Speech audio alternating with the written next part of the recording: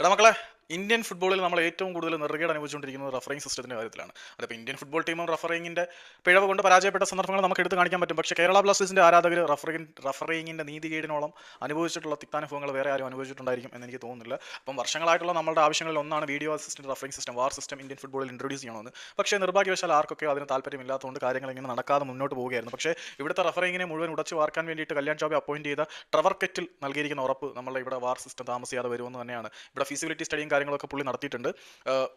അതിന് വേണ്ടിയിട്ടുള്ള സൗകര്യങ്ങളൊക്കെ ഇവിടെ നിലവിലില്ല. പക്ഷേ കുറച്ച് ബഡ്ജറ്റ് അലോക്കേറ്റ് ചെയ്ത് കഴിഞ്ഞാൽ ഇവിടെ വാർ സിസ്റ്റം ഇൻട്രൊഡ്യൂസ് ചെയ്യും. ഇവിടെ വാർ സിസ്റ്റത്തിന്റെ ആവശ്യകതയുണ്ട് എന്ന് ട്രെവർ കെറ്റിൽ നിരീക്ഷിച്ചിട്ടുണ്ട്. അതിന്റെ ഫീസിബിലിറ്റിയും മറ്റു കാര്യങ്ങളൊക്കെ പഠിക്കുന്നുണ്ട്. അതിന്റെ ക്യാമറകളുടെ പൊസിഷനും പുതിയ ക്യാമറകൾ വരുത്തേണ്ട ബഡ്ജറ്റ്, പിന്നെ വയറുകൾ, അങ്ങനെ ഒരുപാട് കാര്യങ്ങൾ വരേണ്ടതായിട്ടുണ്ട്. അപ്പം വാർ കൊണ്ടുവരാനുള്ള തീരുമാനത്തിലേക്ക് തന്നെയാണ് ഓൾ ഇന്ത്യ ഫുട്ബോൾ ഫെഡറേഷൻ പോകുന്നത്. പിന്നെ അതിന് വേണ്ട ഫണ്ട് കൂടി കിട്ടണം. ക്യാഷിന്റെ ഒരൊറ്റ ഡിഫിഷ്യൻസി കൊണ്ടാണ് വാർ വരാത്തത്.